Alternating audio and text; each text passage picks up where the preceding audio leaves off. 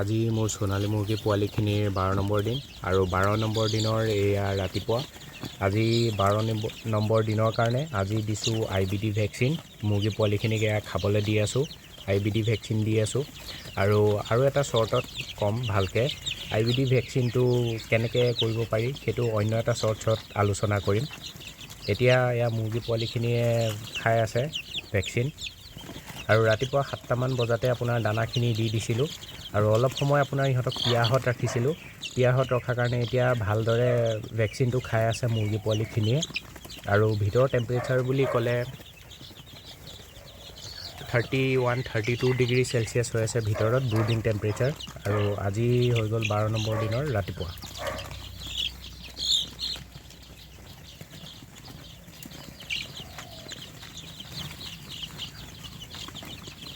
আজি মোৰ সোণালী মুৰ্গী পোৱালিখিনিৰ 12 নম্বৰ দিন আৰু 12 নম্বৰ দিনৰ এয়া দুপৰীয়া দানা শেষ হৈ যোৱাৰ কাৰণে দানা দি দিছোঁ খাবলৈ পোৱালিখিনিক আৰু পানীও শেষ হৈ যোৱাৰ কাৰণে পানী দি দিছোঁ আৰু যিহেতুকে ৰাতিপুৱা সময়ত ভেকচিন কৰিছিলোঁ মুৰ্গী পোৱালিখিনিক সেইকাৰণে এতিয়া দুপৰীয়া যি পানী দিছোঁ পানীত একো মিক্স কৰা নাই। পানী চাফা কৰিবলৈও যিটো ৱাটাৰ চেনিটাইজাৰ দিওঁ সেইটোও দিয়া নাই, সুদা মাত্ৰ পানী অলপমান কুহুমীয়া কৰি পেলাই দি দিছোঁ মুৰ্গী পোৱালিখিনিক আৰু ভিতৰত আপোনাৰ টেম্পাৰেচাৰ বুলি ক'লে 31 ডিগ্ৰী চেলচিয়াছ এতিয়া ভিতৰত হৈ আছে 31-32 এনেকুৱা হৈ আছে মুৰ্গী পোৱালিখিনি ব্ৰুডিং ৰুমত টেম্পাৰেচাৰ।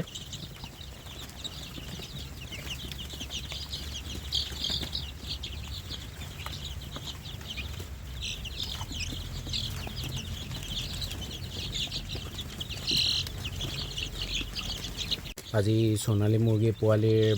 12 নম্বৰ দিন আৰু 12 নম্বৰ দিনৰ এয়া আবেলি দুপৰীয়া দিয়া দানা আৰু পানী শেষ হৈ গৈছিলে সেইকাৰণে এতিয়া দানা দি দিলোঁ আৰু পানীও আপোনাৰ দি দিছোঁ খাবলৈ মুৰ্গী পোৱালিখিনিক। আপোনাৰ পানীত এতিয়া বৰ্তমান কোনো ধৰণৰ মেডিচিন ব্যৱহাৰ কৰা নাই যিহেতুকে আজি ৰাতিপুৱাই ভেকচিন কৰিছিলোঁ সেইকাৰণে অকল কুহুমীয়া গৰম পানী দি দিছোঁ আৰু বাকী ব্ৰুডিং ৰুমৰ এতিয়া টেম্পাৰেচাৰ বুলি ক'লে কিমান হৈ আছে সেইটো হৈ আছে আপোনাৰ